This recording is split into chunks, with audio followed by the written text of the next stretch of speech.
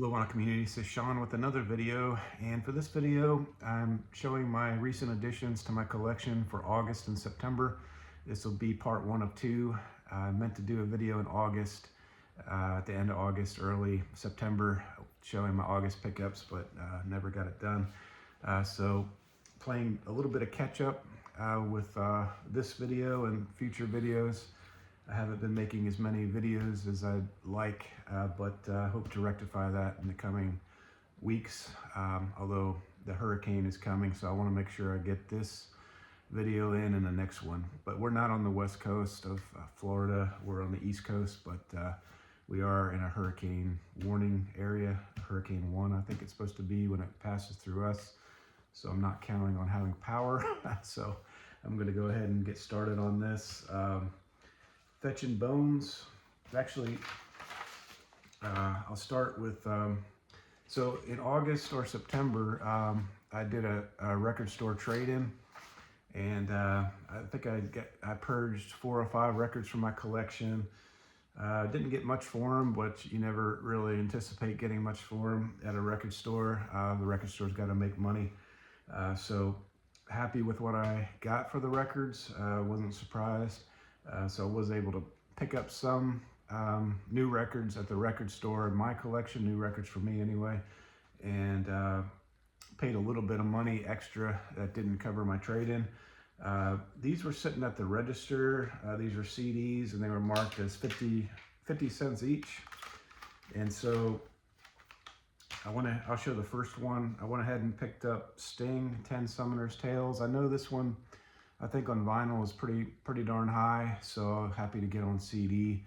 This of course has If I Ever Lose My Faith in You, Fields of Gold, and what I find, Shape of My Heart. But what I find with Sting is that it seems like all his songs are just solid. He doesn't really have many clunkers as far as I'm concerned in his catalog. His newer stuff, not as good as his older stuff. Like older stuff I would consider 10 Summoner's Tales. This is older stuff as being in his prime. But this is for 50 cents. I couldn't pass it up. And it's 10 Summoner's Tale. And it's a placeholder until I can get it on vinyl, maybe a reissue or something when it gets cheaper. And then Graham Parsons, didn't know much about him. I read about him.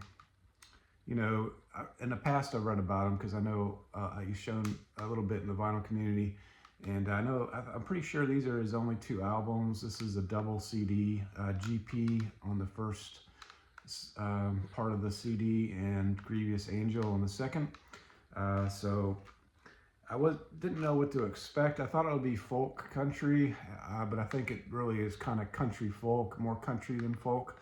I haven't warmed up to it, but at any rate, it's Graham Parsons GP. I'm going to keep giving it a try again to see if I can get into it. But definitely tragic story of his life and everything like that, and that he passed away so young due to drug overdose, and that's Graham Parsons. All right, and then Sheryl Crow. My wife and I like Sheryl Crow. So happy to pick up this CD here. This is Wildflower. It says $1, but it was only 50 cents. And this is a decent album. I prefer the old Sheryl Crow. I guess Gary with Gary. I'm drawing a blank on his channel name, Physical Form Media, I believe. He got the newer Sheryl Crow record and intrigued me to get her new album. But I'm happy to get this one. Like I say, my wife and I like her music.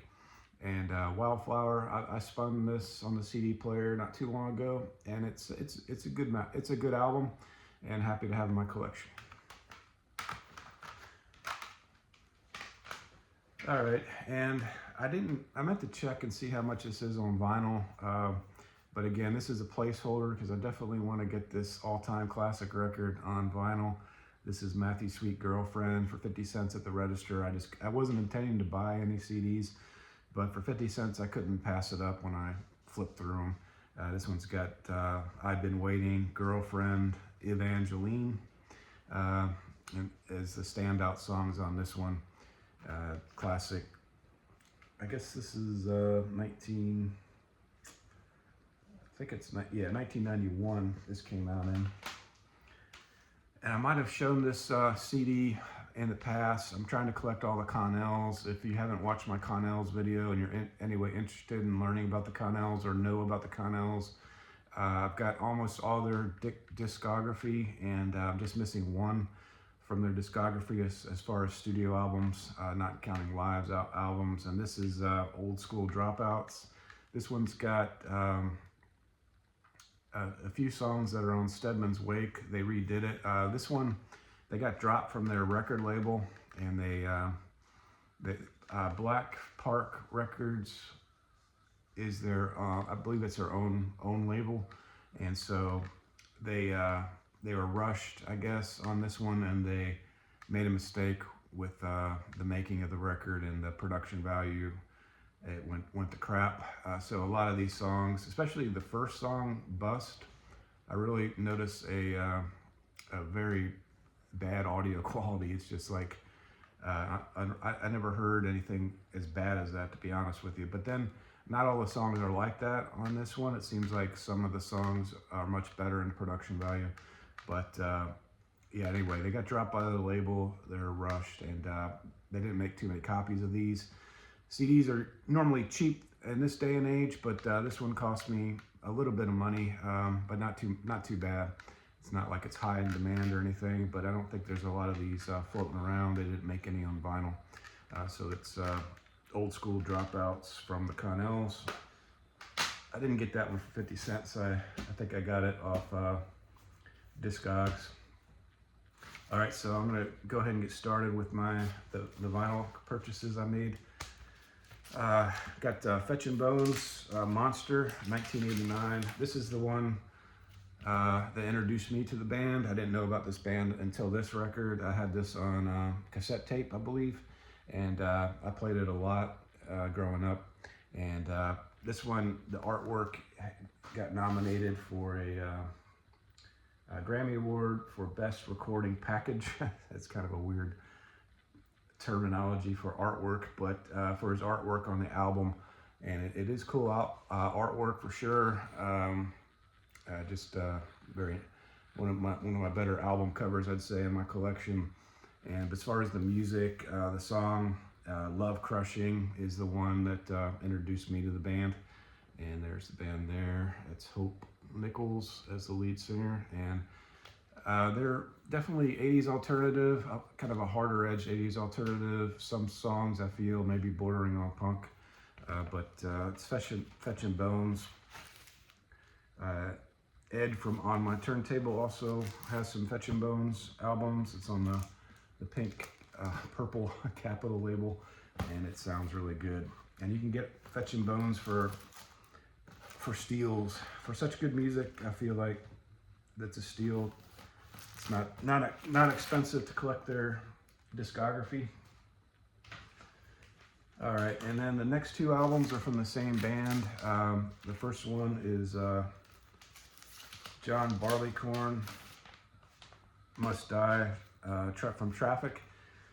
I took it out of the sleeve only to still show it in shrink, so it's got a glare to it, but pardon, I think no way to avoid it. So this is Traffic. This is a reissue that just came out not too long ago. Remastered, 180 gram vinyl, and this one starts with the instrumental Glad. And I remember I said in like one of my first videos, and I've said it in other videos, that I hate instrumentals, but maybe as I'm getting to be an old guy, I'm appreciating them more. I'm finding the ones that I come across these days I kind of like, and this Glad may be the best of them all, besides anyway, Glad is a real good opener. It sets the tone for the entire album.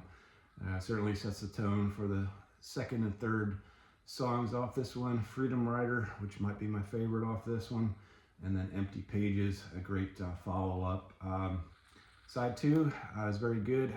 I don't feel it's as good as side 1, but it's got Stranger to Himself, John Barleycorn Must Die, Every Mother's Son, and I looked at the genre that people say this one is prog jazz sort of. I like the jazz aspects, and if prog music sounds like this, then I like prog music, but it seems like there's a wide definition of prog. But anyway, so John Carly Must Die, my first vinyl pickup for the great Traffic. And so I showed this one in my Bearded Guy video for Montreal. I'm drawing a blank on the channel from Montreal, the great guy that did the contest. I'll put it in the little text above when I edit the video. But anyway, so it's Traffic, When the Eagle Flies. So I wanted to make a correction. Nobody corrected me in the comments. I think it's reflective of maybe just nobody knew. I don't get a whole ton of views, but nobody knew that I made a mistake. I think I said this guy was something, drawing a blank on who I said it was. I did the research before the video. I just looked at band members from Traffic with beards, and I incorrectly assumed the name of this person. This is the bass player. It's Roscoe G, I believe. Let me make sure. Yeah, Roscoe G is the bass player. He just played on Traffic for this album here, When the Eagle Flies, and then the percussionist. Yeah, Chris Wood plays flute and sax, and then there's Jim Capaldi, more well known, and then Steve Winwood, of course, the lead singer, and it's got a cool album cover with the eagle. I think this is a really cool album cover, and yeah, so out of the two, I might like this one just a tad bit better. I feel it's solid top to bottom on this. I know that I don't think it's ranked amongst, like, if you look at the best list for Traffic albums, I don't think it gets a lot of love. But I remember seeing a video before I bought this from John Heatons. He gave it a great review, more thorough, much more knowledgeable review than I'm giving on this my August, September pickups. But John Heatons does a great video. I'll put a link in the description.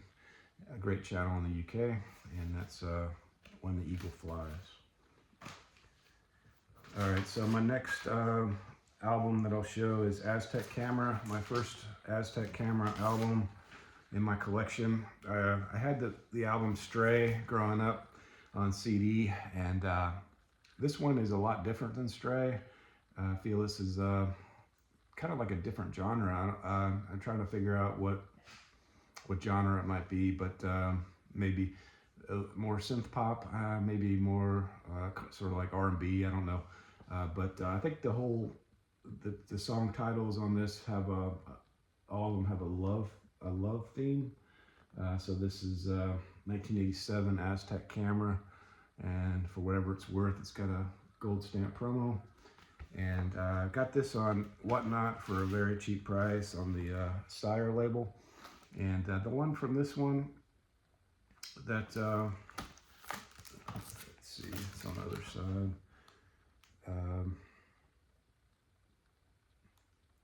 Yeah, Somewhere in My Heart, and I think the other one was, yeah, Somewhere in My Heart, and was the one that I like the most on this one. I think that was a single off Aztec Camera Love, and I'm happy to have this one as my first Aztec Camera. It's in my to-do list as my next priority to get Stray. I want to say Stray is pretty expensive on vinyl, but I could be wrong. But if it is expensive on vinyl, then I'll just repurchase the CD that I've lost over the years growing up. Aztec Camera Love. I got it for a real cheap price on Whatnot. Like I said, the guy that was selling it kept saying Aztec, that the band was called Aztec. And yeah, so I think I got it for $2, and so I couldn't pass it up. Even with the shipping, it's a lot less than it would be if I found it digging at a local record store, or if I found it on Marketplace, a local pickup type deal. So that's Aztec Camera Love. All right. From that same seller, I'm just gonna flash this. I just got the Elton John Greatest Hits album. The shipping was like $1, so, and he was selling it for like $2, and it was it's a crackly copy, and I already have a Greatest Hits Elton John. It's the Diamonds, so it's a double LP, but this has some songs. I think it's called Diamond on this one that's not on Diamond. So happy to get this album here. It's got I think Crocodile Rock and Border Song, which I don't believe is on the Diamond compilation. Got some cracks, like I say, but nothing terrible. And I got it for a bargain of a price. So that's Greatest Hits Elton John. All right. Okay, the next album, I'm trying to make this video not so long, is my only album. Oh, I'm sorry, this is my third album from Travis. One, though, is a live album. This one is the second studio album I have from Travis. It's Good Feeling, and this is their debut album from them. Let's see. What did I write about this one?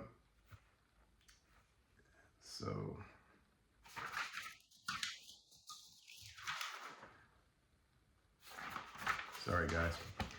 So Travis, Good Feeling, 1997. Fran Healy is the lead vocalist on guitar. Dougie Payne is bass guitar. Andy Dunlap is guitar and backup vocals. And Neil Primrose on drums.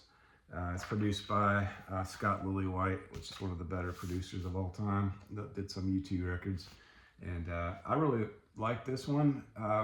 It's a lot different from when they hit the mainstream sort of the 90s. That the Boy Named Who and some of the others, but. Travis, Good Feeling. Happy to have this one in my collection. For that Travis record, it reached number 9 on the British charts, but with little radio play. It slipped from the charts relatively quickly, dropping to number 26 and 53 over the next couple of weeks. They opened up for Oasis during this album. And Oasis, Noel Gallagher is a fan of Travis from the early days. Like I say, this is their debut album. So knew about Travis just from Oasis. I think that's where maybe I heard about Travis initially. And then of course they became popular after this album. They didn't really have any hits off that one. They had 5 singles off that record. None of them did anything in the United States. All I Want to Do Is Rock, U16 Girls, Happy, and More Than Us. The next one I'll show is Asia, and this is Alpha. So I think it's Alpha. Yeah, it's Asia Alpha. This is my second Asia album, and I think it's their second studio album after their debut. So I don't learn. I keep doing double-sided notes here. Yeah, it's their last album to feature the band's original lineup for 25 years until Phoenix, which was released in 2008. It's their singles off this are Don't Cry, The Smile Has Left Your Eyes, and The Heat Goes On.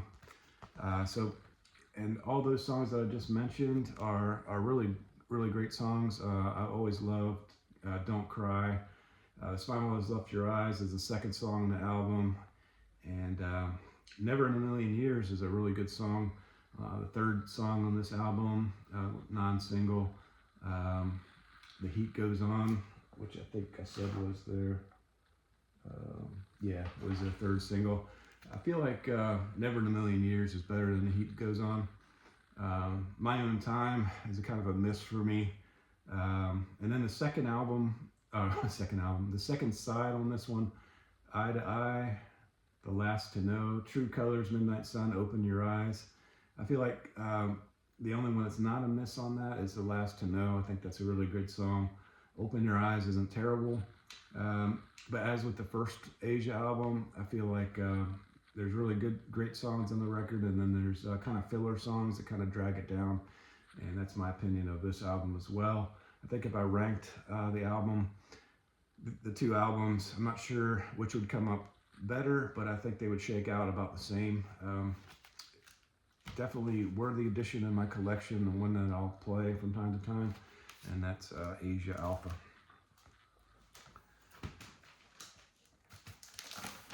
All right, and I know all these albums are from either 80s albums or from 80s bands, but that's just kind of the way it works, I guess, for me. And this on my pickups recently. Men at Work, Business as Usual is the next one I'll show, and this one has got, of course, Who Can It Be Now, Down Under, as the two Be Good Johnny. Let's see. Yeah, people just love to play with words. Just a solid all-around album. It's my second album from Men at Work, Cargo being the other one. And you could pick these up for ridiculously cheap, so I have no idea why I waited to get this album. It's one you can get for like $5 to $10, and so great music for that price. Yes, they debut in 1981, and I went on a Colin Hay rabbit hole in preparing for this video. I didn't realize Colin Hay had such a prolific discography after he left Men at Work. Not a lot of albums, but they span from 1987 to, I guess, 2023. Looking for Jack in the 80s, and then he kind of disappeared until the 2000s, but he's got some recent music that I'm interested in getting. I did stream some and enjoy it. Okay, and I got two Neil Young records, but I'm only showing Neil Young on the first part 1 of 2. On the second one, I'll show the second one on my other video, which I plan to do tomorrow before the hurricane hits. Neil Young with Crazy Horse, everybody knows This Is Nowhere. And this one is his second studio album. It's Young's first album with Crazy Horse. I always thought this was his debut album, but was wrong. Let's see. The guitarist and songwriter and singer is Danny Whitten, bassist is Billy Talbot, and drummer is Ralph Molina, to give Crazy Horse some credit. This one's got Cinnamon Girl, which is a great album, great song, Down by the River, and Cowgirl in the Sand. And just, I've got quite a bit of Neil Young records. It's my 10th album from him, but not studio albums. I feel like Neil Young live is maybe even better than the studio albums in some aspects, in some instances. He's just a great live performer. So I've got a number of live albums, but overall my 10th record from Neil Young. This is 1969. Everybody knows This Is Nowhere. All right, and I only got 2 more records, and then I'll wrap this video up. The Best of Blondie is the next one I'll show, and so I bought this on Whatnot, and I know how much Best of Blondie albums work, and Vinyl King, or how much they're worth, I mean. Vinyl King, a great seller on Whatnot, he doesn't sell anything trashy. It's all very good, and sometimes he has $5 shows. So his starting bid on this was $5. I was the only bidder, and I think he was anticipating it to go up. I don't think you can buy this album for less than $17, $18. So I got a steal on this, and with all his records, even on the $5 shows, he doesn't sell crap. So I was happy to get this one, and my first Blondie album, and it's I don't need to list the songs, it's the greatest hits, but It's Best of Blondie. This is 1981. Oh yeah, I even wrote down cheapest on Discogs is $26.50. Yeah, it's producer Mike Chapman remixed 3 tracks specifically for this album. A special mix of Heart of Glass is on this one, so it's a different Heart of Glass version. It combines elements from the original album and the 7-inch single mix and the instrumental version. It's also got a special mix of In the Flesh. It's a Phil Spector-esque mix with a lot of echo. So it's got some. It's just not a greatest hits. I guess some Blondie fans, if they not interested in getting their studio albums, it's got some wrinkles to some of their songs that's not in the studio albums, and it's Best of Blondie. And I feel like I'm saving the best for last. So August was my birthday month as well. So a lot of these albums that I got, where everybody knows I love vinyl records, so I think I got some money. So I got, you know, these used records and some that I'll show on part 2 of 2. But my son specifically got me this one. He knows my taste, and this is one of the all-time best records of all time. It's a Cure Disintegration, 1989, and double album reissue, of course. I think the originals go for unaffordable for me, and yeah, it's the 18th studio album. I'm sorry, I'm on the wrong notes. It's the 8th studio album. It's actually 71 minutes and 45 seconds in duration. For the Cure, it's Robert Smith and guitars, vocals, keyboards, 6-string bass, and then it's got Simon Gallup on bass, Corey Thompson on guitars, Boris Williams on drums and percussion, Roger O'Donnell on keyboards, and Lowell Tolhurst, who does other instrumentals. But I think Lowell Tolhurst was kicked out of the band during this time frame for his excessive alcoholism, maybe increased alcoholism. But he was fired from the band when mixing the album, and I don't think his input is huge on this. I think he was fired in the middle of the production. And this has got Lullaby, Fascination Street, Love Song, Pictures of You, and it's considered their return to the Gothic style the band had established in the early 80s. Number 3 on the UK album charts and number 12 on the US Billboard 200 it peaked at. And over the years, it's just gotten more critical acclaim. It's the band's highest selling record to date, more than 4 million copies sold. 116 on Rolling Stones magazine list of 500 of all-time greatest, and it does higher on elsewhere. I saw in one I forgot what it was, but it was number 1 album of all time, believe it or not, on one list, and that's the Cure Disintegration. Just a great album. And I did write down one, and I'm realizing that I put in my notes that I didn't grab in my stack, so I'm gonna be right back. 1 second.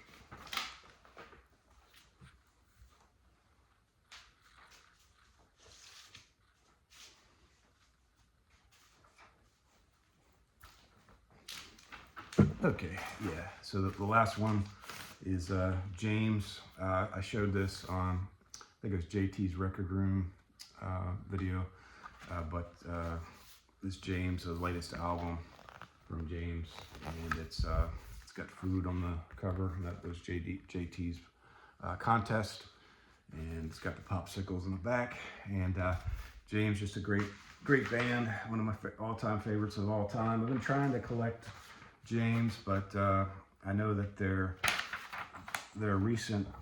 The only ones that are affordable on vinyl are kind of their recent albums. So yeah.